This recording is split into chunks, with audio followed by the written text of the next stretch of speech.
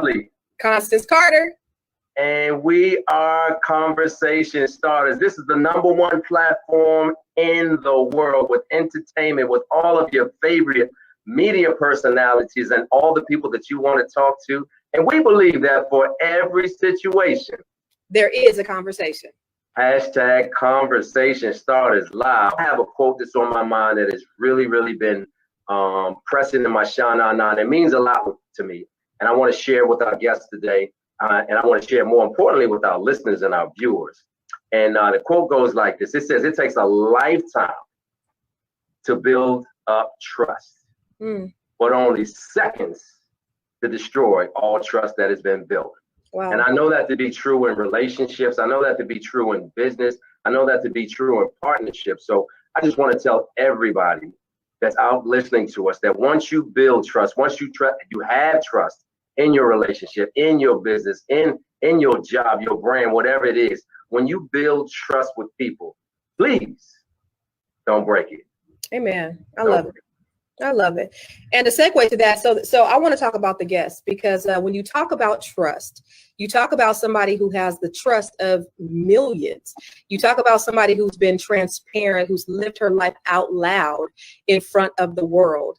You talk about somebody who has been around for a long time, but has helped have breakthroughs, break strongholds, just with hundreds of thousands of people, millions of people.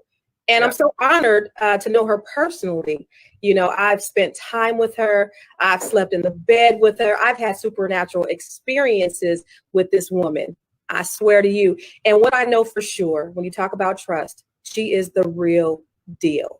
So I want to bring on, I'm not introducing her to anybody. Everybody knows the fabulous, the beautiful Miss Lisa Nichols. Come on, give it up, y'all. Thank you. Okay, the first thing you got to do is explain that slept in the bed with me. Yeah, I was going to say something about that. No. You don't have to say anything. I am going to straighten it out. Right. I'm gonna clear that up. So she did that intentionally because she's like that. Like, Constance, you're not right. So sleepover in Barcelona. Okay. And sleepover in Barcelona, 25 women. We're all bumped. It wasn't just me and you, Lisa. What do you mean? Would you just hush? What I'm not gonna let you do is paint that little shady picture. And so we had everybody was in different rooms, but they were king beds, and it was 2 to a bed so that we can have enough to stay in this amazing estate. I was gonna say magnificent estate. And Constance would climb next to me, and I try to kick her out. Why don't you go to your room? Loving on me. I'm the same about it. That's like a little sister. That's like a little sister at a sleepover. She got her own. Right. Moshe in the house. Yeah. So that's to explain that, Rob. And Constance, don't just leave that hanging out there like that. All I need to see on IG. Well, Lisa, I mean, I was going to say, if that's your thing, God bless you, you know what I mean? Right. I didn't miss it. I caught it. I'm cool with everybody's preference. Don't get it twisted. I'm all about whatever you about. I'm about that's cool. She got a man and I got a man. So, and both of them did not agree to share either of us. So anyway, okay. We started my part off like really thank you, Constance. Really, really. No, we have to, because but what I really want to do, because everybody knows the Lisa Nichols, everybody knows the big Lisa Nichols, but I want them to really understand the Lisa, the fun, the down to earth, the South Central Lisa Nichols that I was fortunate to know and understand and spend a lot of time with. I want them to know who you are. Now they know I'm crazy. They know all they gotta do is spend a little time with me, and I'm always bringing all of me to the forefront. I'm always looking at everyone seeing. I've always said I don't want to be put on a pedestal that I can't get off of. So let me keep jumping up and down. So y'all realize that I prefer to live on the ground, live on the floor, live next to everyone else. And so yeah, Johnny said, let's be clear. We got it. Right. So it's good. Constance and I, you and I spend a lot of time together, spending time laughing until our belly hurts, but also spending time, wiping tears. Yes. You know, and spending time healing. Supernatural experiences. Yeah, spending time healing. You know, Yeah. cutting. You put it perfectly, cutting the strongholds on ourselves and on others. And so I'm excited to be here with you guys for some courageous conversations. And everyone else that's here, Moshe and Raylene and Felicia and Johnny and Terry and everybody that's in that's a part of the tribe. Absolutely. Yeah. Yes. Well, I'm loving the fact, Lisa, that you cleared up that you're not only a round-the-way girl, but you are transforming people all around the world. Yeah. And, you know, everybody knows your story. You're one of the few people that can make a brother cry live. Because he's telling your story. Yes. And Constance gets on me all the time because in my old and mature age, I have been known to be transparent and absolutely let a tear or two fall. Or at least my eyeballs just bleed a little bit. Yeah. So I just want to start this thing off like really, really genuine in the way that I know you to be, more than the person from The Secret, the person that has sat on the same stage with Oprah. Like, what is it like to carry that mantle? Because, you know, in this society, we all need a superhero, right? Whether you want that cape or not, you got it. So what is that like? Like, I mean, everybody wants Lisa Nichols to be on. Like when you walk out the door, once you're recognized, they want inspiration, they want motivation. More importantly, they want that transformation. And they want a hug. You got to know, people run up to me everywhere, in the grocery store, in the airport, because when they meet me, there's a part of yourself that you meet, I believe, right? Because I'm willing to be transparent and I'm willing to be vulnerable, you see those parts in yourself. And so that builds relationship. And so people start in a relationship with me already. They just forget that I haven't quite met them. So Constance witness. What was that? Us? Were we in Bahamas? This woman ran up and this woman thought she hugged me, but I promise you, she put me in a bona fide headlock. Bona fide headlock. Because she like 5'10", 5'11", 250. Right. And I'm standing 5'3" on my tippy toes. So I was right there at her and she just grabbed me and so amen. So Constance had to come to my rescue at that point. But to answer your question, it's funny you should ask that right now, because I literally maybe 4 minutes before I finished with you, I just finished doing a piece for Essence that will be coming up soon. Ooh, congratulations. And it was called Super Sister Soldier. Yes. So timely, literally 4 minutes before I finished with you, before I came on with you, I was doing that for our sisters over at Essence. And you're right. My life has, it's become something that allows people to look up, to pull, to grab hope. But I can't tell you, Rob, that I started saying that's who I'm going to be. Right. I can't tell you that, because that would be the 10,000 miles ahead. I started just saying, God, take me 1 mile, and God, take me one more. What I am is I'm a servant leader. I understand that I'm a servant leader, and I am. Every day I wake up and say, use me, use me for the highest good, to go the furthest.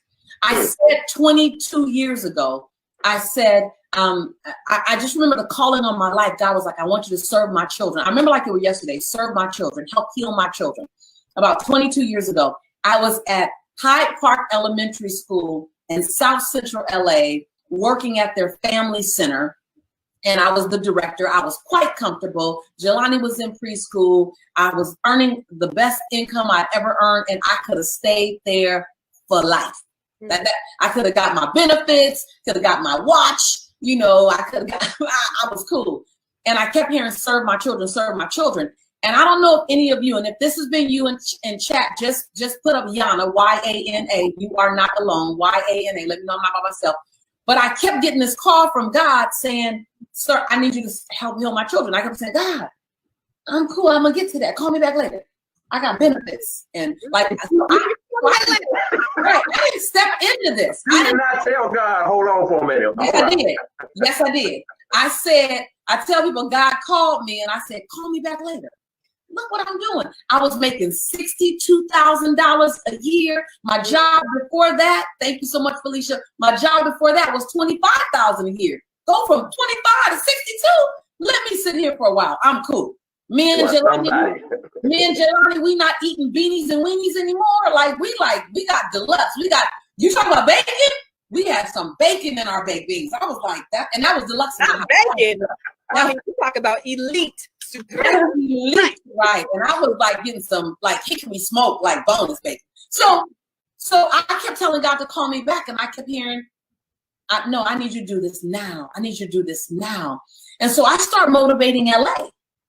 Because I thought that was it. That's all I got to do is motivate LA. Hey, Tommy, all I got to do is motivate LA. It's good. And then I get the call again in my prayer time, in my spiritual time, in my inside time. No, I said motivate all my children. So I was like, okay. So I start motivating California. I go up to Northern California. I go up to UC Berkeley. I speak when I did Chicken Soup for the African American Soul. I start speaking around in California. I hear it again in my spirit. So I'm telling you this, because I don't want you to think I just stepped up for the call. Like, hello, I'm not gonna play that game. That's not true. And so I hear my spirit again. No, serve all my children. Mm-hmm.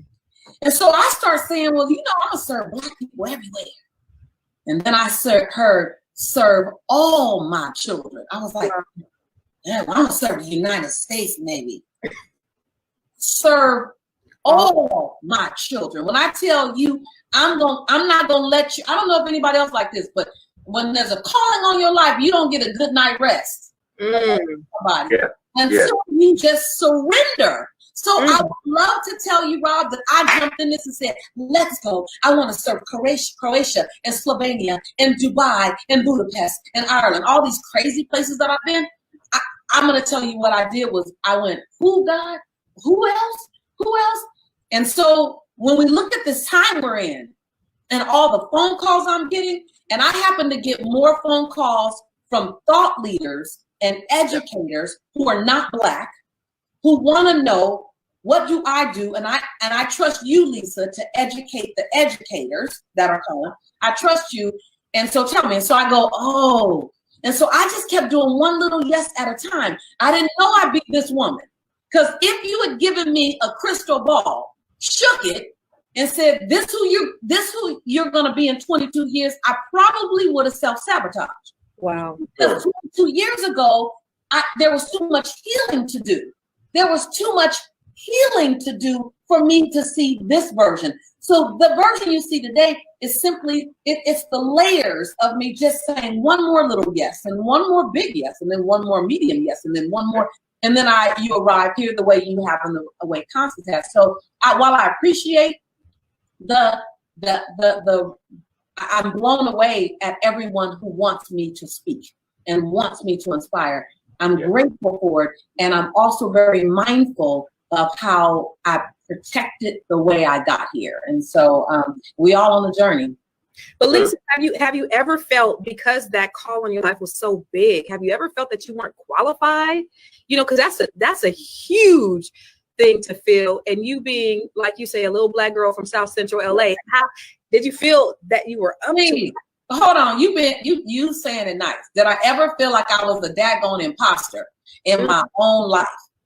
Heck to the yes.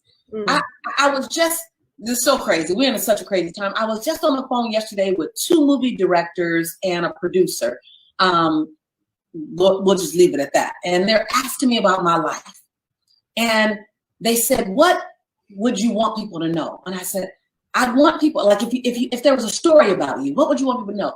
I want people to know that there were so many days when I thought I'd be exposed. I thought I'd be exposed because I saw myself good enough for some of this, but I didn't quite know if I was good enough for all of this. And while people kept score on what I was doing for them and how I inspired them, I kept keeping score on what degrees I didn't have and what qualifications I didn't have. And I said something bold yesterday, I'll say it today. Early in my career, when my career started blowing up, the first thing I did for the first 5 years was I hired degree educated white people to stand in front of me. because the self-development industry was white at the level I played. Remember, my first book was Chicken Soup for the African American Soul. So I couldn't I couldn't even ease into the greatness conversation. It was like I was thrown out there. My first book was the longest standing best-selling book in the history of any series. And then I'm representing the African American culture.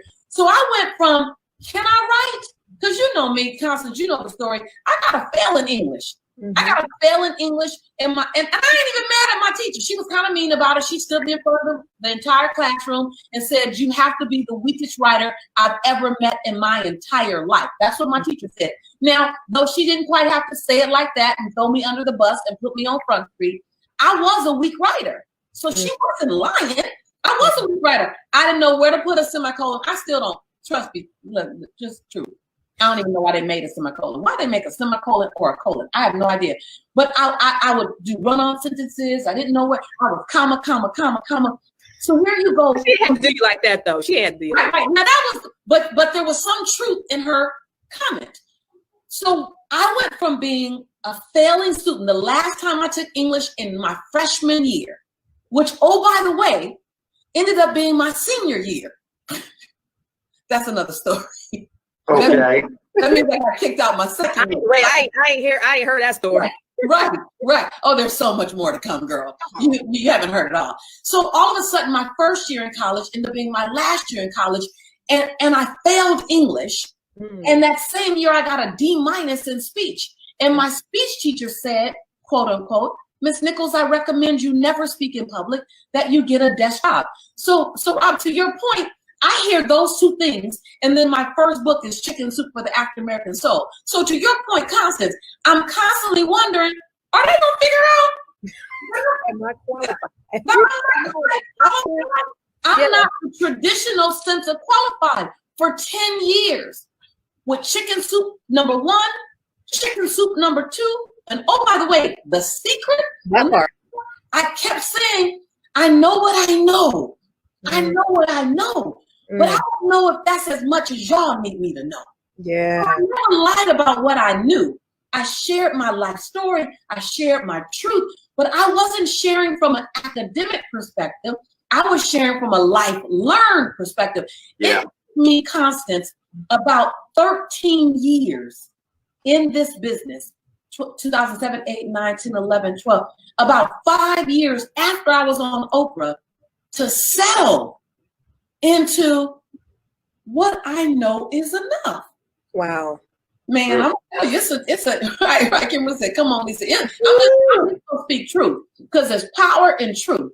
And so every day I had to remind myself that I deserve to be where I was. I deserve to be. Every day I had to remind myself that I'm worthy of being followed by someone. Every day I had to remind myself I'm worthy of getting this next contract. Every day. It wasn't a weekly or monthly or annual. It was a daily thing to remind myself of my worthiness.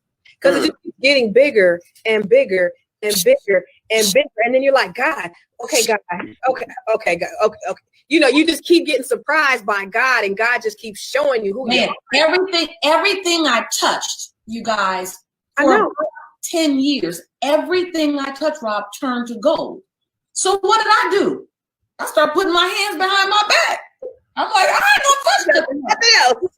Because when someone's gonna relate to this, put Yana in the chat if you relate to it. When what you touch expands, and you haven't given yourself permission to have that first level, when it expands, it's gonna rock your world. And I had to watch out, because then I started getting into unconscious sabotage. Listen, because what I had was still 5 notches in front of everybody else. So I could sabotage all the stuff that was coming to me, and I still was the baddest sister around, the one that everybody was talking about. So I had to watch out, because I was sabotaging the breathtaking future that was on its way to me, because I couldn't even handle how good my now was. I was touching it. Lisa, let me tell you something. You up here teaching and preaching, don't even know it. But I want you to continue to stand on that word, that as long as you decrease, that's where he will increase in the midst of your weakness. That's where his strength is made perfect. And I'm not going to let you stay on that self-defeating talk too long. So I need you to high five yourself for the whole world to see. And you just name one of your accomplishments in your career. I think you counted out 13 years. One thing you can kind of high five yourself and look in the mirror and say, I did that thing. Like, is there one accomplishment like you really, really proud of that one thing? Yeah. I love it. Are you asking me what am I really proud of? Yeah, give me one thing, or your top three, whatever, however you want to do it. I'm really proud of my intentionality around ensuring without a shadow of a doubt, unequivocally, my son knowing that he was my priority. Hello. That I didn't have to choose him or my dream. I wasn't gonna sit either one down.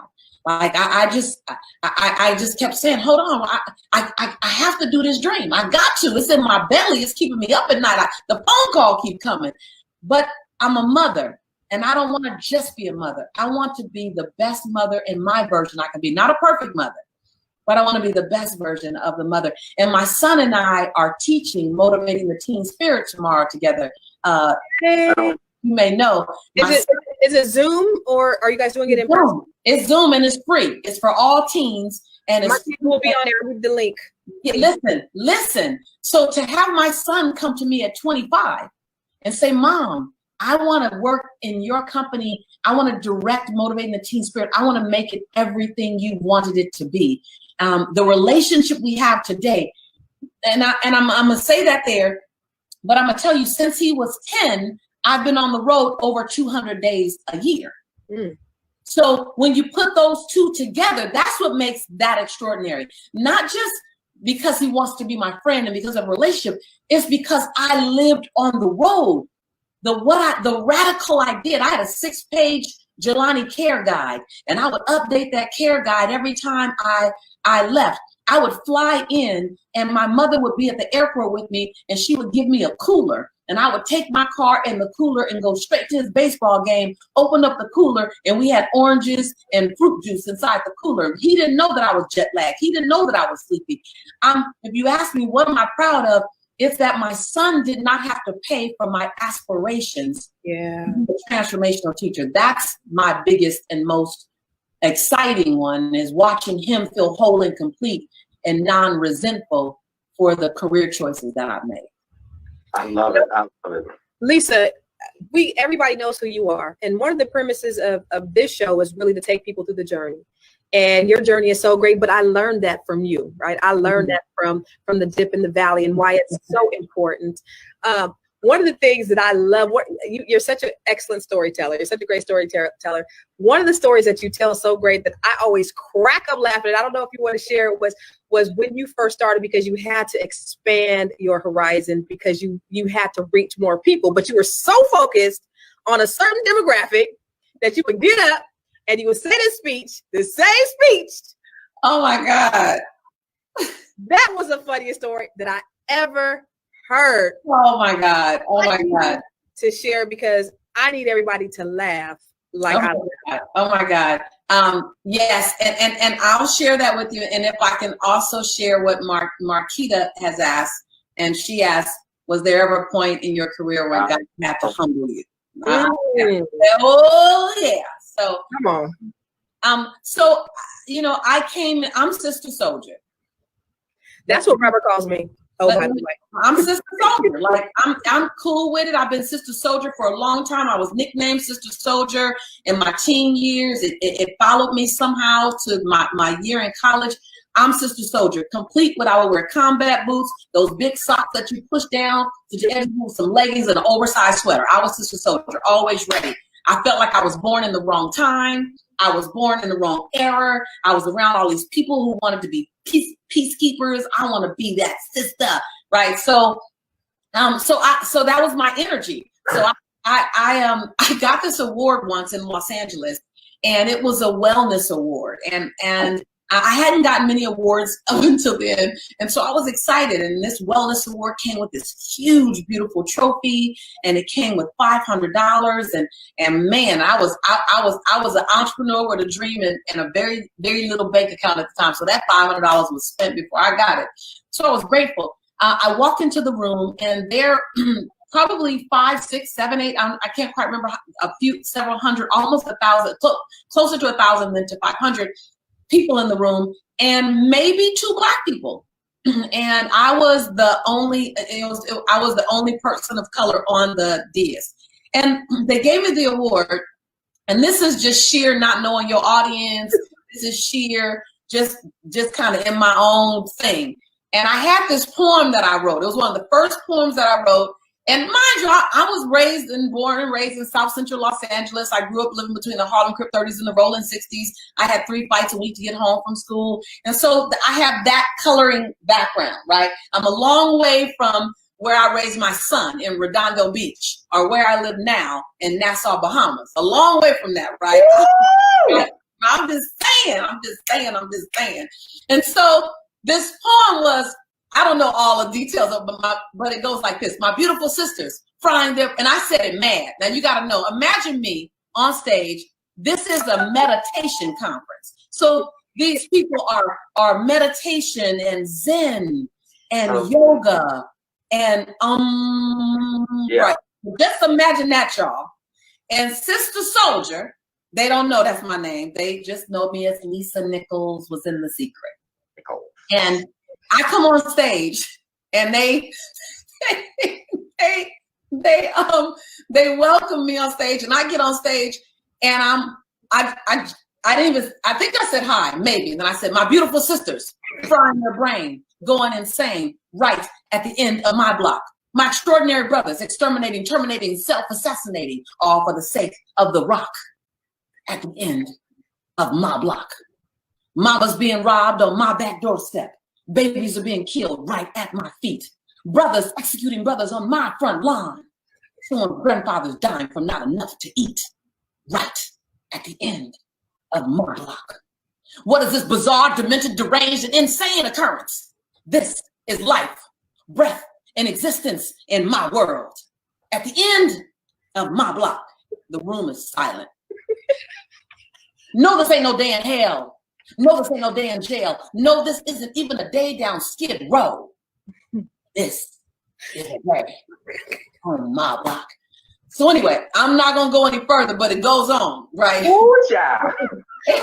And at the end, I did everything but. You could probably hear a pin drop. Literally, for the next like 2-3 minutes, the announcer didn't know what to say because I was the awardee. I was the person that exemplified transformation, possibility, Zen, breath, and wellness. So the host of the event came to the back, and I'm gonna tell you, you'll get some of your gifts in the most unlikely places. So this tall, 6 foot, maybe 5, 6 white older man, he was my gift. He came to me and he said, "You've been through a lot, huh?" Look, I'm still in it. Yes, I have. And you have to get through a lot to get out, huh? Yes, I did. He said, "Congratulations, you're out." Okay.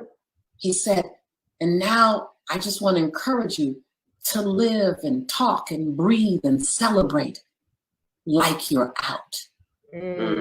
Then to make sure I got the lesson, because you know a hard head like me, you can't just hit me with like with a fork over the head. You got to go get the hammer, go get the sledgehammer. So he get the so I already got a $500 check. He digs in his pocket and he pulls out this Bahama money. He pulls out all the money in his pocket, which was like another $850. He said, "Take this money and go to a really nice community, the one that you currently live in, and get a massage. Have a whole spa day."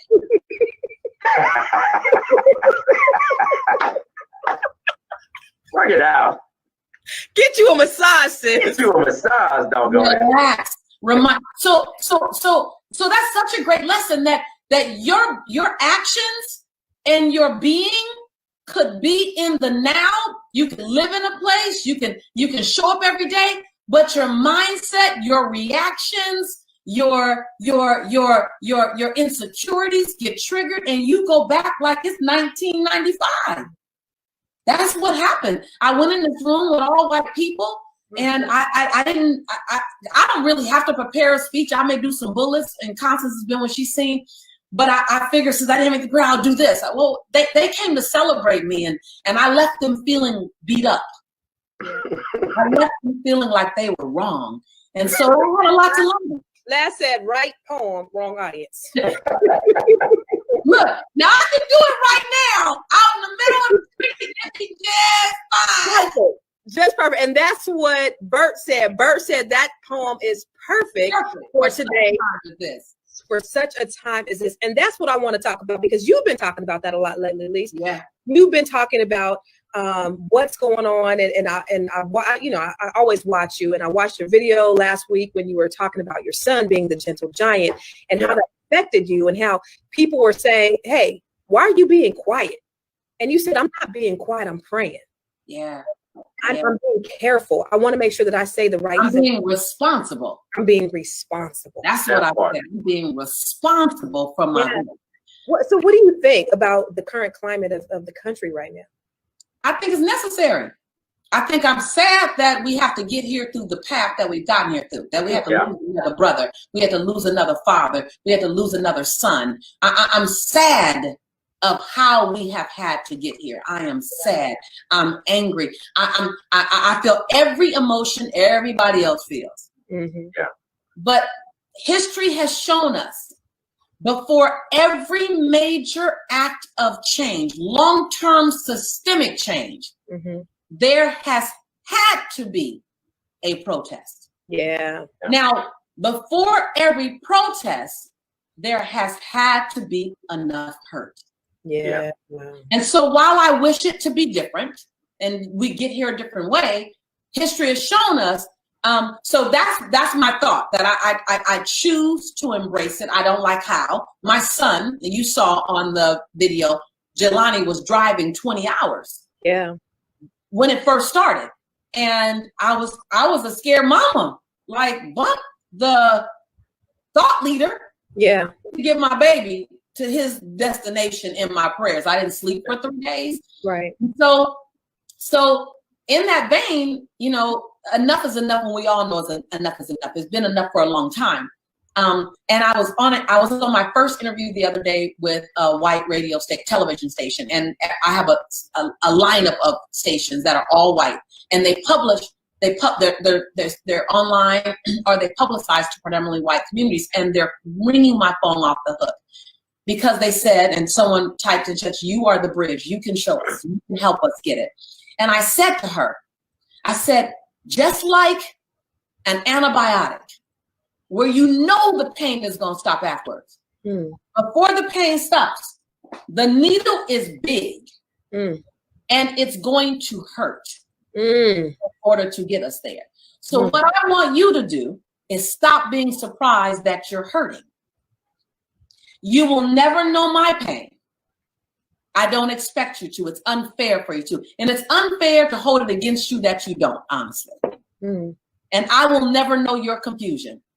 I don't have the liberty to be unaware of this problem. But both of us have the responsibility to take the shot, as painful as it is right now, for our children's children. Yeah. When you ask the question, what will my dash mean?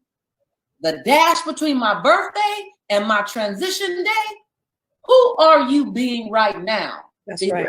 That's what your dash is going to mean. And so I'm very mindful. I'm not saying a lot. I'm not on every day, because I want to have forward-moving thoughts, forward-moving conversations, and forward-moving action. Because the place you don't want this, sister, is stuck and pissed. Ooh. Don't nobody want me there. I don't want to be there. Yeah. You might get an on my block speech. That's what you're going to get. If I stay there, then I'm going to bring a lot of people with me. Yeah. I'm Right. responsible. You have the ear of millions. And And so, you know, yesterday I went live and it was my first action. So I spent a week just talking about my feelings, allowing us to grieve, allow us to be angry, allowing our emotions to have a real space. Because if you try to move to action too soon, people are angry because they haven't grieved enough. You know, it's like someone dying in the very same day. You say, come on, let's go pick out a casket. Hold up. Let me breathe. I need to breathe a bit. And so we spent the time breathing, and we're not just breathing for George Floyd, we're breathing for everyone. We're breathing for, you know, as many as we can. And then you say, we must move. We must move from anguish to action. We must. And then some people will take up real estate in anguish, because anguish is a familiar state of being, and anguish doesn't require you to be in action. But anguish is not the solution. Anguish is the emotion that should precede the action that develops the solution. Yeah. Dr. Ali said pause and breathe. Yeah. And so yesterday, I don't know if you saw Nikki Clue. You know Nikki, she's your girl too. I went live to launch the Million Letter campaign that Nikki has organized, and it's beautiful. It's organized. The form letters are already made. Every week, we're going to mob flash a different state. We're going to focus on the 10 states that need the most police reform ever. And in those 10 states, everyone is going to focus starting next week on one state at a time, flash mobbing that state with the pre-written form letters, but coming from different people. Oh, for the next 10 weeks. Let everybody know where they can get these letters. So, I'll go to my fan page, Lisa Nichols fan page. You'll see a picture of George Floyd, and it'll say the Million Letter Movement. Click on the Million Letter Movement just go to my fan page. That's the easiest place to send you. Million Letter Movement. You also can try Million Letter Movement directly, but if you go to my fan page, you can click the link. It'll take you there. You then will be able to see the different form letters and see what state we're going after first, and what these letters ask for. All the letters are the same. Can you imagine if a police commissioner gets 100 letters? Can you imagine if he gets 1,000 letters? That part. Can you imagine if he gets 10,000 of the same letters? Try to ignore me if you would. You can ignore one. Right. You ignore 10. You might be able to ignore 100. Right. So what I love is that these letters call for the top 8 policies. So it removes the chokehold. It says you can't shoot a man while he's running away. It's like, it just looks at all the things that we are under the, no pun intended, the gun for. Yeah. And it requires a council, a community council. Like, it just makes a statement. And so Black, white, Asian, Latino, here in other countries, I don't care. Everybody's going to send that letter. Next 10 weeks, we're going to flash mob a state a week. And that's what it's about, Lisa. We all have to be working together in a concerted effort. We can't do this by ourselves. We need our white, our Black, our Latino, our Asian brothers and sisters to do this with us. You know, it's not just that we need it. It's that they need to. We all need it. Yes. They need to, because they're so disgusted with it that when it gets 20 years from now, they want to protect, as well as we want to protect, the stories they tell their grandchildren's children. Yeah. Hello, and you know, Lisa, it's really amazing that you have that going on. I want to make sure that everybody goes to your page to support what you're doing, because Constance and I, we go back and forth, right? We all are in the same place, but she's very opinionated, as you may very well know. What? Constance? And I've been known to hold an opinion myself, but, you know, moving beyond the traditional speeches, right? I don't want to say I'm sick and tired of seeing, I don't want to hear another speech, but I want to know what we're going to do with the action step, right? Yep. Because we've heard everything that it is that needs to be said, and you know, I need something more, something of substance. And so I love what you're doing. I really, really do. Yeah. And I'm joining Nikki Clue. I got to give the credit to my girl, Nikki Clue. She called me in. She goes, Lisa, I need your platform. I need your reach. I was like, I'm there. So what I love is that your tribe is the same kind of tribe that I would expect. So already in the link, someone has already put a link to the Million Letter Movement. They gave you guys Nikki Clue's name. So just jump in. Like, that's the first thing. And one of the other things I'm going to be doing coming up, I don't want to bombard people with too much too soon. This is a long term. This is a long term action. Oh, yeah. This is long term. So one of the other things I'm going to do is I'm going to do guidelines for white people to have conversations with us. Courageous conversations. Yes. Courageous conversations. Because what I find is that my white sisters and brothers are nervous. They don't want to say the wrong thing. They've seen other people say the wrong thing, and they truly, truly want to be a part of the conversation. So I'm going to support and say, here are some questions that you can ask. Here's some conversation you can get in. Let me give you a few guidelines just so you feel safer getting into them, because we need to have them with you. Because we need them in the conversation. We need them to help be a part of the conversation, because when they're in the conversation, they know more, they're more cultured, and the women are sleeping beside the men that are making some of the rules, and the men are sleeping beside some of the women that are making some of the rules, and so that we're looking to have change. And so we need to infect that environment with some courageous conversation. So I'm going to be giving. You have their ear too, Lisa. You got their ear too. I do. Yeah. I do. And I've known I had their ear, but over the last 14 days, the way my phone is blown up, I said, oh, okay. And now for that reason, I sit a little bit and go, let me mind my spirit. Let me make sure that my spirit is pure and about solution, because whatever it is going to roll over onto them. The last thing, I'm only doing 3 things: courageous conversations, the 1,000,000 letter movement. And the last thing is I'm going to, and this is down the line. I'm just telling you now, I'm not doing all this now. I'm taking my time. This is a marathon, y'all. This is not a sprint. Trust and believe. # don't get it twisted. And so the other thing that I'm doing is I'm going to begin to coordinate cultural proximity intimacy. And so what that means is I want to design a program where police officers have to have cultural sensitivity training by whatever culture their precinct is in, right? So there's an educator. However, we create cultural proximity intimacy, meaning they're not just sitting at a desk learning about the African-American culture or the Latino culture or the Asian culture. They literally are attending a barbecue. Yeah. I'm going radical. They literally have to have 20 to 30 hours in a preschool in African-American communities. So they play with little kids that look like they little kids. And they realize, oh, they stack the blocks the same way we stack the blocks. That part.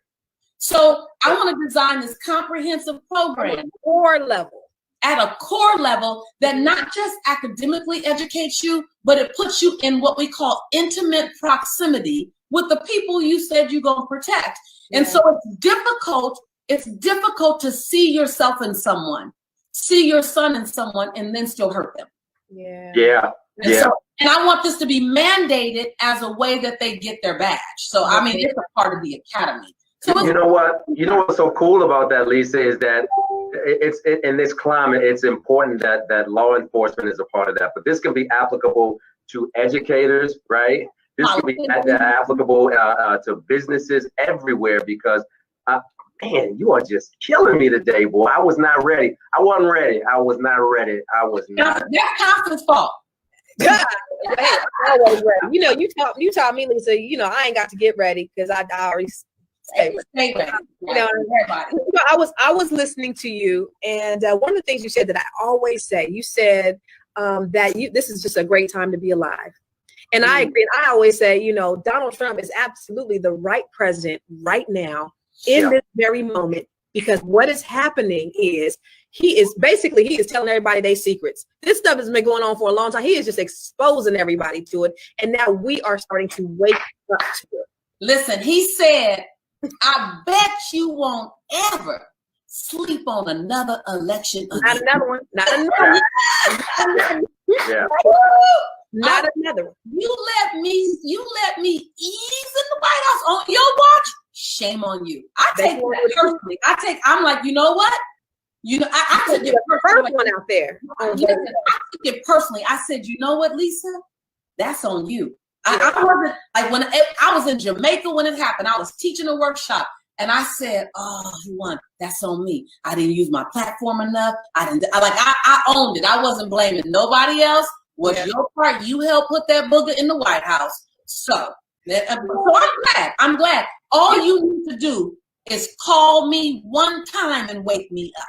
Yeah, vote. We are all woke. The scales have fallen off our eyes. And one of the things that Robert always says is not only should we be voting, but we should be operating in those spaces in politics. Absolutely. We are getting in spaces where we are the decision makers. Regionally and nationally, on all levels. Letter campaigns, sitting in the city council meetings, all of that. That's why it's long term, and we have to develop that muscle. So we're not going to master it tomorrow. Don't sign up for the sprint, y'all. Sign up for the marathon. Like your Wheaties. Hold on. Take your B12. B12. Let me get mine. Hello. I got mine too. Take your B12, Annie up, treat your body right, and let's get ready for the marathon, because the revolution can be televised. Oh, it's gonna be televised. We can televise now. Look, we got the internet now. Back in the day, it might not be televised, but the internet now, it might get taken down quickly. Well, Lisa, you have certainly been a part of this platform, and I love the fact that you always stay ready, but I don't know if you're going to be ready for people really want to know. Oh. And your story has been so inspirational. It's motivated me, and more importantly, you have put some action steps behind the things that you say, right? Mm-hmm. But we know that, Lisa, but we want to find out, pull back the curtains, and just bring Lisa on our couch. You sure you want to do that? You want to do that, Rob? Huh? You sure you want to do that? I mean, we believe that for every situation, there is a conversation. All right. Hashtag conversation starters live. I'm just going to set it off real quick for you, Lisa Nichols. Since you're way down in the Bahamas, and I love to hear you say Latino, you say Latino. So, Latino. You say it. That's how we say it in Cali. That's how you say it in Cali. I'm like, okay, go ahead, Lisa. Well, check this out, Lisa. Since you're from Crenshaw, right? I noticed you're a fan of popular music. I heard you say 1995. I remember where I was and what I was doing in 1995. So I need the people to know. I really want to know. In your iPod right now, if you had one, would you be bumping Notorious B.I.G. or Tupac? Tupac! Are you crazy? I got to. Now, if you ask me for the evolved Lisa over years, I can appreciate Notorious B.I.G.'s music, and I do work out to it. But Tupac ride till I die. Like, I die. Like, I got to. I'm West Coast. I'm just saying. That's how we do. In fact, if you kick it with us, you might get her on the mic where she is spitting some Pac. Okay. Well, and then I'll definitely sing. I'm a hustler, baby. Come on. I want you to know. What? Hold up. It ain't nothing. I'm about to go. Yes. All right, I got one for you, Lise. I got one for you. If you had to pick a first date, would it be a candlelight dinner? Or would it be a date on the beach, a picnic on the beach? Absolutely a picnic on the beach. And I bring a football to play catch. Okay. And I bring a volleyball to play volleyball, because I need him to know from the beginning, this sister is active. This will not be a sedentary relationship. If I can't keep up with her, I got to let her go or get in shape. It has to be. And the other side is, if we outside, I ain't got to worry about fighting that booger off of me. Wow. Okay. Well, let's keep that thing going. I love the fact that you're working out of football, volleyball, and some more stuff. Stay active with your B12 self. Check this out. You are in the public space all the time, but you are on the conversation starters couch. And if there's one thing that get on your nerves more than anything, is it's bad breath or funky underarms. You can only pick one. You can only pick one, because everybody want to hug. Everybody want to come and meet the Lisa Nichols. So which one get on your nerve the most? Bad breath or some stanky underarms? Because we've been sitting and listening to you for 8 whole hours. We've been at this street all day long. We done bought your product. But which one you hate most? Oh, I'd have been subject to so much of both of them. Right. They over here dying, Lisa. They over here dying. Only funky underarms if it's wet and they hug me and got some of they funk on me. I wasn't sinking. Now I'm you. Now right here. That right there, shut it down. It's over. I think I could deal with the funk better than I could deal with the bad breath. Because that bad breath will give you a headache. It does some things to it can hurt. I can step back, but if somebody hugs me, and normally I know about somebody's phone because they hugged me, and now I want to know, is that on my shoulder? but let me tell you why. Because I know I'm sliding into being a slight germaphobe. I'm sure I am. I gotta be, because now anytime somebody's nasty moisture, like good moisture, I'm cool, but nasty moisture, keep that. The beautiful thing is, post the pandemic, I don't think we really gonna have to worry about people hugging. Oh my God. Ain't that right? I walk around just ready to spray people. Hold on. Because you Lisa Nichols, you the love lady. Everybody wants to love. I haven't been out in public since I haven't been anywhere. I've been in my beautiful home. I moved here 2 days before the international airport shut down. So I have 11 steps to the beach. That's it. 11 steps, I'm at the beach. And so I've been just in here in La La Land. Well, I leave to go back to California next Thursday. And these days, the journey traveling, people recognize me. So I already said I'm doing the mask, the glasses, and the hat. Like, ain't nobody gonna know, because what you won't do is come running up over me and I ain't sprayed you. I need you to. I had that nose thing. They come near me, I be like, run into this, run your nose into this checker thing. Moshe said, not on her watch. She said, not on her watch. Let me ask you a question, because I know you in the Bahamas now. Love is in the air. I done seen you post on your page that you did. Hold on, you get me hot. Hold on, let me tell you. Yes. Hold on. And here's the thing. Why she fanning off? Her boo is a beautiful, beautiful, beautiful man. He is a beautiful person inside and out. You are blessed, Lisa. He's been my friend for 10 years, waiting on me. Waiting on you to get Rob, he waited on you. That's a soldier right there. Hey, what does the Bible say? A man who finds a wife or a woman finds a good thing. He good thing. Look, we both found something amazing, because I was so grateful that he was consistent and waited.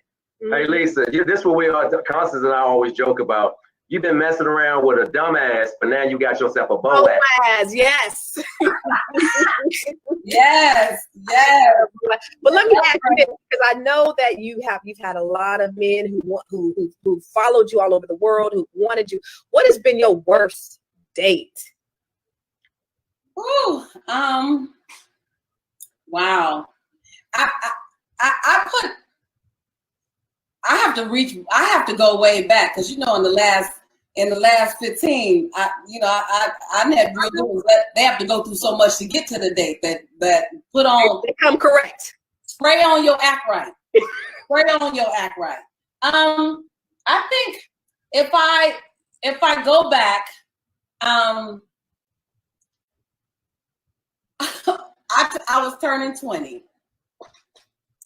And first of all, I was wrong in the first place, because when she started out that she was wrong. So wrong. I was wrong in the first place, because I was trying to decide which one of these 3 dudes to go out with, right? I was committed to none of them, but I was determined on the person who I thought could give me the best birthday experience. It was my 20th birthday. So I picked. It was 1990. Right.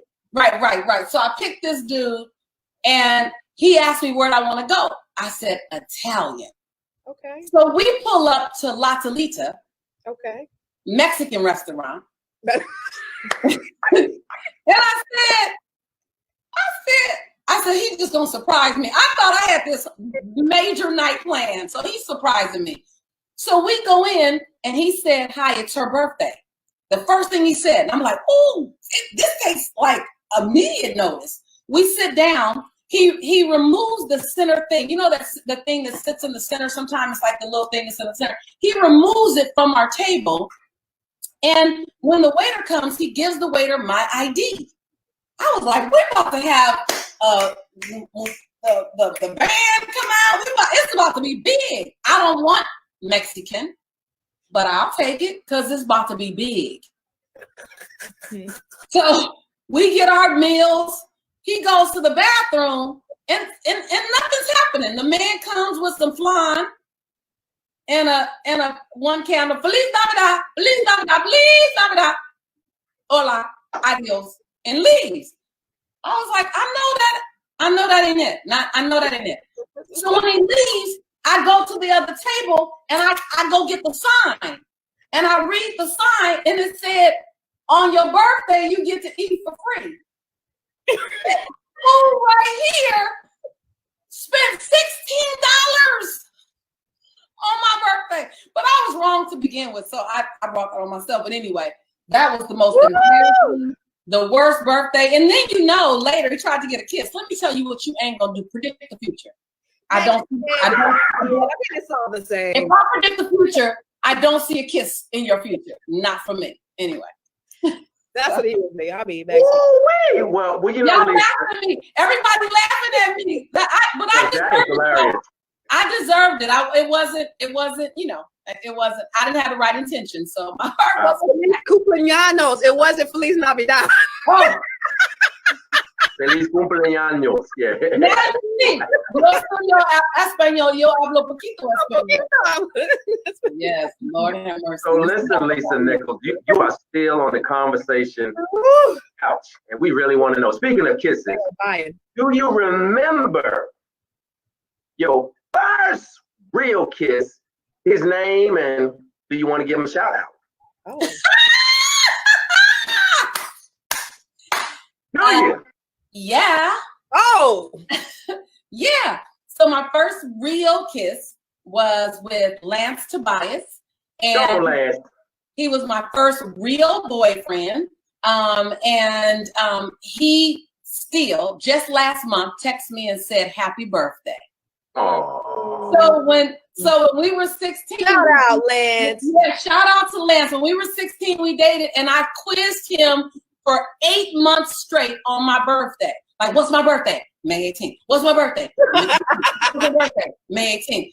And now it's been 30 plus years, and now he still remembers my birthday. He's like, Lisa, I cannot forget your birthday. I was like, yeah. Lance Tobias, my first kiss, my first love. That's so sweet. I got a question for you. If there was a decade that you can live in, what would be that decade? Wow, the decade. For different reasons, I'm gonna go a little deep for you. It's not about old school or anything. I think I would live 2000, that starting at 2000, I would live that decade again for the reason of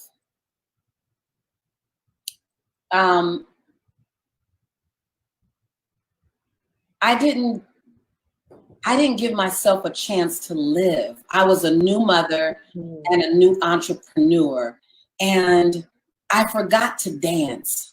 I forgot to nurture my friendships that had gotten me to that point. Come on. I've forgotten to prioritize Juneteenth or, my cousin's birthday. I've forgotten to, my grandmother's 91 last month. Back then she was much younger. I've forgotten to prioritize taking her to the Dollar Tree store, her favorite store. And so I would live that decade again to go pick up all the things that were in my blind spot on my way to success. Wow. Come on, you guys. I love it. See, you took a conversation starters on the couch question. You just turned into a preacher for a moment. Good God Almighty, I'm just saying. Well, this is my last question I got. That's true. Yeah. This is my last question. Listen, check this out. Check this out. That is profound too. The 2000s. Good God Almighty. I have a whole lot of do-overs. I like to do over from the 2000s to 2010. But you already got a boo thing. He's your Boaz, right? I'm sure he was a Boaz in training, and I know he won't forget May the 18th. I know he won't forget it. I ain't gonna forget it myself. No, I'm taking care of that. Okay, right on. So what is, let's say for pretend if you didn't have your Boaz, or if you were talking to one of the sisters out there who are listening right now, is it a bigger atrocity for the man not to know how to dance or not to know how to dress, because you got to walk around with this Boaz that he might be great on all cylinders, but what is the biggest atrocity, the biggest sin, the biggest letdown? That he can't dance or he can't dress. For you. Well, let me just say this. If he's delicious enough, I'm a good teacher of both. I'm just saying, don't throw out the gym because you need to help him out a little bit. I mean, come on, sister. You ain't coming perfect, neither is he. Trust. So hashtag that. However, if I had to pick one or two, I would prefer for him to dress and not be able to dance than dance and not be able to dress. That part. And by the way, to that point, here's my boo thing. Sweet. Black love, black excellence. Love is beautiful. Oh. It almost looked like a wedding dress. And oh, by the way, for the photo shoot, I dressed him. So you ain't gotta like but you know what, Rob, I'm a big believer of that I truly want to meet your goodness. Yeah. And then we can grow together. I really mean that. I really mean that. And Constance will know that I mean that. I don't search for perfect because then he won't recognize me because I ain't perfect. Right. So somebody say that one more time. I need to write that. I'm gonna make that a Facebook. What's that again? I'm not looking for perfect because then he won't recognize me. You know, I'm not perfect, and so you know, I have given a lot of grace. I give a lot of grace, and oh, by the way. That doesn't mean that I look for a rescue mission. I'm not trying to rescue the brother to date him. You need to be whole and complete. But I also need to be whole and complete. You can't make me whole. I don't want to make you whole. Let's just allow our completeness to complement each other's wholeness. I'm just saying. Hashtag. That's so, right. I'll let him do the two-step. Baby, don't step on my toes. Hold on. Let me do the two-step. Speaking of two-step. Hey, remember that time we was in the Bahamas and we was doing karaoke.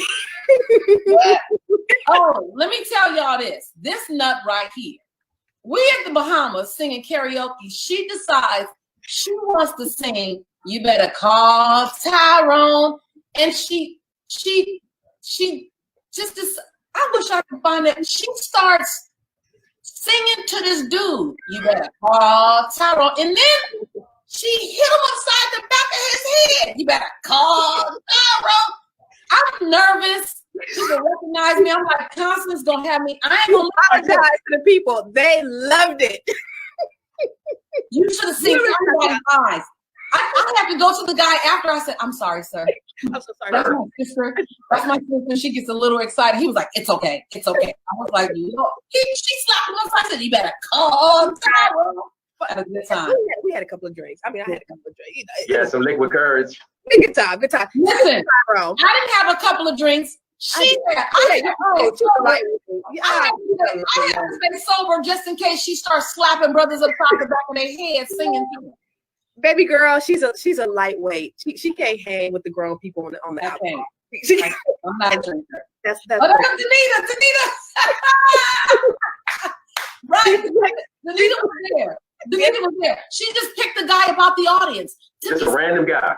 Took his hand and singing to him, and the dude thought he had some rhythm because Constance is she oozes sensuality. She was like, "Yeah, you better." He stood up, got excited, then she slapped him upside his head, talking about, "You better call Tyrone," and walked away. I said, "Lord, have mercy." Well, Lisa, hold on. Newsflash. Danita just said she got the whole thing on video. Danita Sanjos. Danita, inbox Robert Anthony. I will pay you for that video. I got to see it. Some shit. Yes. Danita. My daughter said she want to see too. No, you don't need it. I want you to see your mama turning up, acting up, showing out. And we had to cover her. Like, let's make sure these sisters, we over here in Nassau, these sisters are beautiful, voluptuous, strong. And I'm like, strong? I was like, Constance, don't make us have to throw down. All I needed to see on the news was Lisa Nichols and had to turn up because her friend slapped her brother in the head.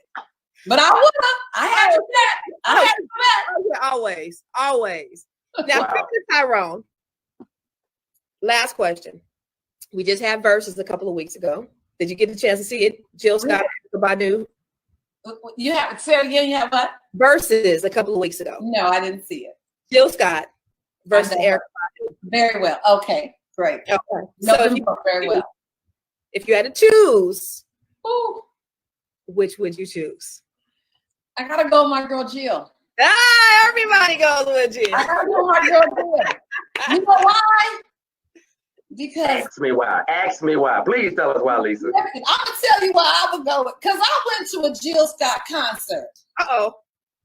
And I saw Jill work. Anybody ever seen Jill? Can you hear me? Can you hear me still? Okay.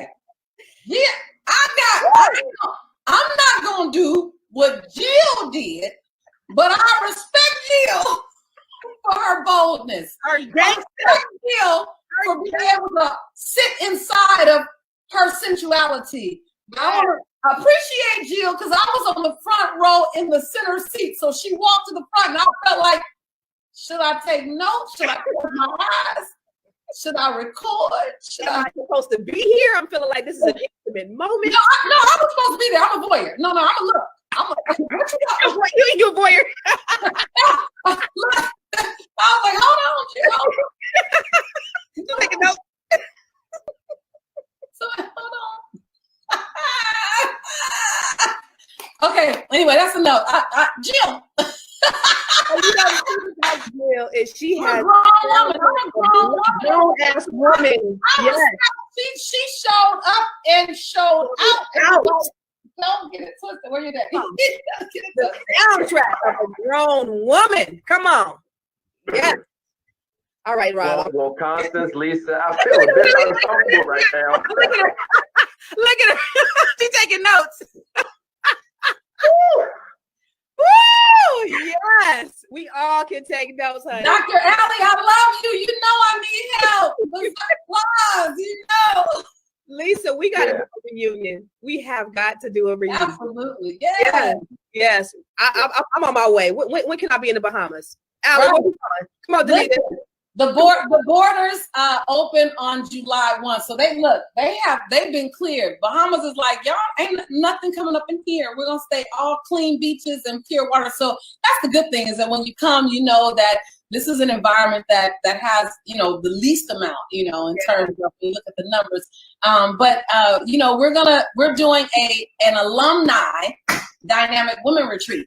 Yes. And you need to come for the alumni. Yes.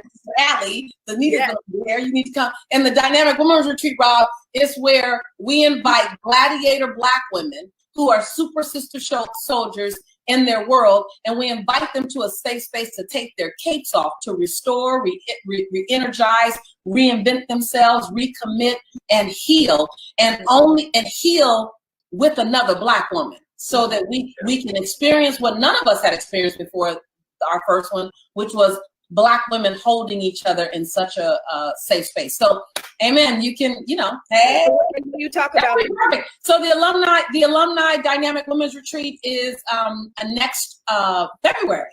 It's my birthday. I'm coming. Yeah, next February is right here in the Bahamas. Yes. And, so, and you'll get to meet my beau, and yeah. Yes. Oh, okay. Oh, Johnny's here. Johnny said February 2021. Yes. So that's the thing, is when I talk about supernatural experiences, it has happened at those retreats.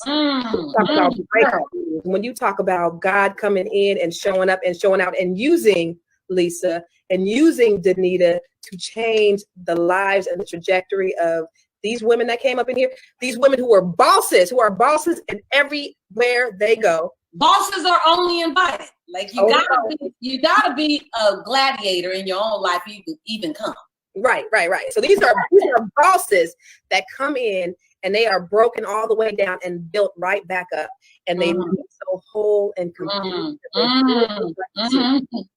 Dr. Allison, I want you to know, because I'm in the journey with you. I went to my first retreat. Constance was there. I went to my second retreat, and I said, I want the area of my life that I want to grow is I want to heal any old wounds I have in love and relationship so I can open myself up for my lifetime relationship. I want to open myself up. I want to become ready. I want to invite her in. I want to let her know she's safe. And it was at those retreats while facilitating, I was getting my own healing.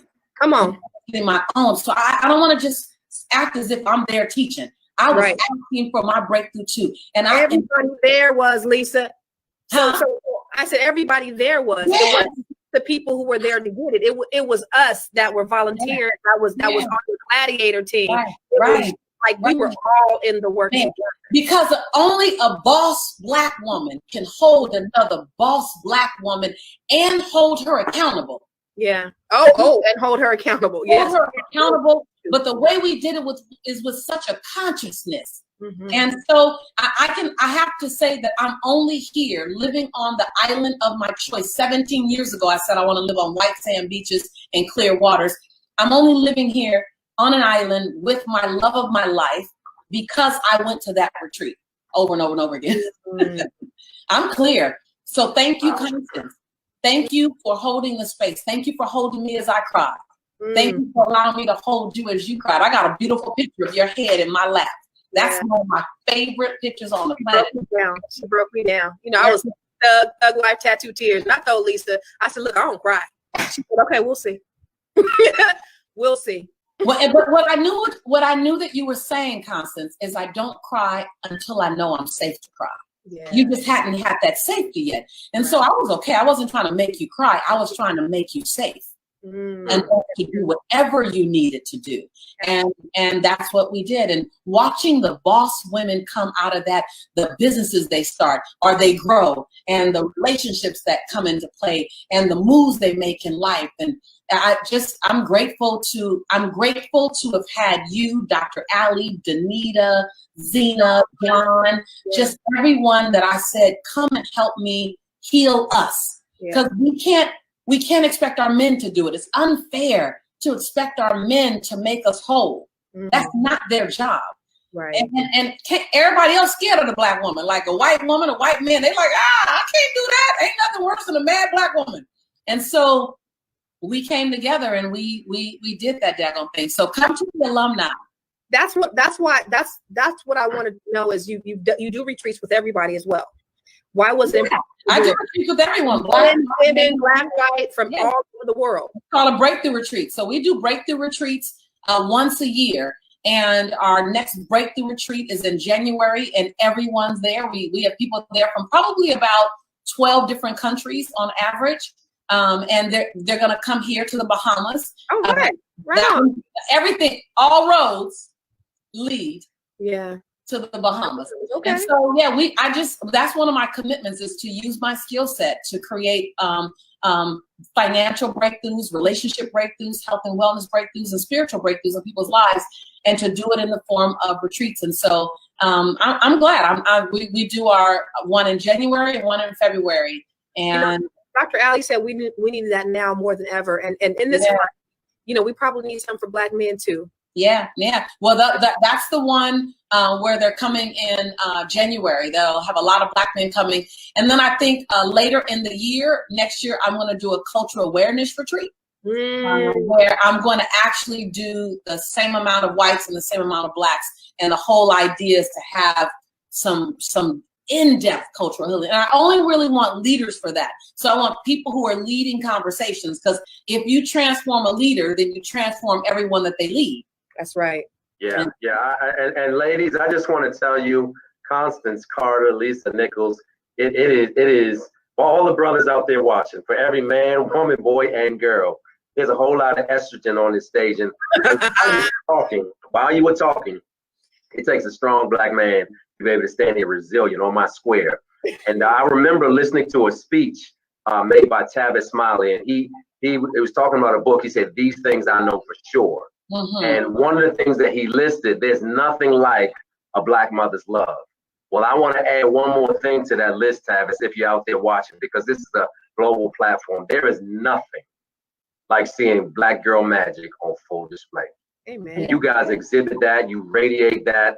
And the one thing that whenever Constance hears me pray, one of the things that I ask God is that He will shine His light on me so that I can be a reflection to others of all that you have been in my life and all that you do for me. And what I also love about what I've heard both of you say, Constance and Lisa, is that instead of asking for a blessing, you guys are actively being a blessing to others, right? And sometimes we miss the blessing when we steady on our knees praying, asking for a blessing. Well, how about you go out into the world and just be a blessing? And as you bless others, you will be blessed in doing just that. So, amen for you doing all your retreats. And Constance, you know, crying up. You say tattoo. She is so like, homie. Thank you for crying your tears and releasing. I mean, that is just awesome. Well, listen, I want to thank my girl, Lisa. Lisa, I texted you last week. I told you I love you. I need to text back. But anyway, I want to thank. I was busy. Never mind. I was making folks feel comfortable. But I ain't gonna say that. Crazy. I said I'm so busy over here in the Bahamas about all the stuff going back in my country. I was like, I'm putting out fires left and right. But I want to thank you for being here. You have been such a blessing to us here, but you also have been such a blessing in my personal life. And I appreciate you. I'm sure Robert appreciates you. I'm sure all the people here. Yeah, Robert appreciates you. Yeah. Tell me your baby. Your baby's still sitting next to you. Yeah. You're the only one that matter. They don't matter. You're the only one. I showed up for you. I showed up for you. Her real estate license now. She thinks she's doing it. She don't think she's doing it. She's doing it. She's doing it for real. She's doing it. Right. It's my pleasure. I'm excited. I'm excited about what you guys are up to. I'm excited about your commitment to greatness, to sharing true, courageous conversations. You know, to be able to have that play. I think the more we see the beautiful dynamic that exists between men and women, the dance, I think you're doing more than you know you're doing. You're healing someone who hasn't played across gender lines in a long time, who hasn't stepped in their consciousness in a long time. So I celebrate you both. I'm honored. You know, Constance, I cannot wait to dance, to salt and pepper with you, to double dutch and beat you in some jacks. Well, you might beat me in the jacks, but I'll beat you in the spades, boo. I cannot wait. I cannot wait. Rob, I'm looking forward to an excuse to play together and call it work. Yeah. Right on. Yeah. Thank you. Thank you so much. We love you. All right. Hey, real quick, Constance. Wait. I know. Lisa talked about the retreats, but you know, we need to make sure that everybody understands that Lisa has graced our Conversation Starters couch. And if there's anybody that you want to shout out, I know you talked about Jelani, you talked about your Boaz by name, but if there's any person, any entity that you would like to show some love to, love on, we just want to make sure we give you that opportunity to do that, because we know you got to go, but we just want to give you the opportunity to do that before you leave. Thank you. I think today I'd want to celebrate my grandmother, Blanche Houston. She is 91, and she's never been in the hospital a day of my life. And in the last 40 days, she's been in the hospital 3 times. And I've never met a person who has danced their way through their entire life. My grandmother still does all of her own taxes. She's the only person I've ever met who paid her mortgage 6 months in advance. And when I asked her why, she said, because I could. Okay, Grandma. And her favorite CDs, she has 2 favorite CDs, Bob Marley and Tupac. And she will tell you about both. And she talks about going partying in Compton as if she was partying in Compton while Tupac was around. I keep saying, Grandma, you know he wasn't there at the time. She said, but I partied in Compton. I partied in Compton before you were born. And so my grandmother has taught me how to laugh your way to your final years, how to dance your way, how to always let music be in your soul and prayer be in your heart. And a lot of who I am in my humility and my comedy, in my wisdom, is a result of sitting at the feet of Blanche Houston. And so I know at some point I'll have to let her go way sooner than I want to, even if I have her for another 10 years. But I don't want to dismiss the fact of how grateful I am that I get to share the best parts of me that Blanche Houston put in me with you guys. You shared her with the world. So thank you. Thank you so much. Thank you for the shout out. Thank you, Rob, for letting me do that. Absolutely. So everybody, boys and girls, we thank you for being a part of this entertainment conversation. We know that we've touched somebody, we've helped somebody, we've saved somebody, and we've also delivered somebody. But my name is Robert Antoine, along with the lovely Constance Carter. And we believe that for every situation, there is a conversation. Hashtag Conversation Starters Live. We love y'all. Please make sure you go out and vote and love on somebody, help somebody, and bless somebody while you're out there. All right.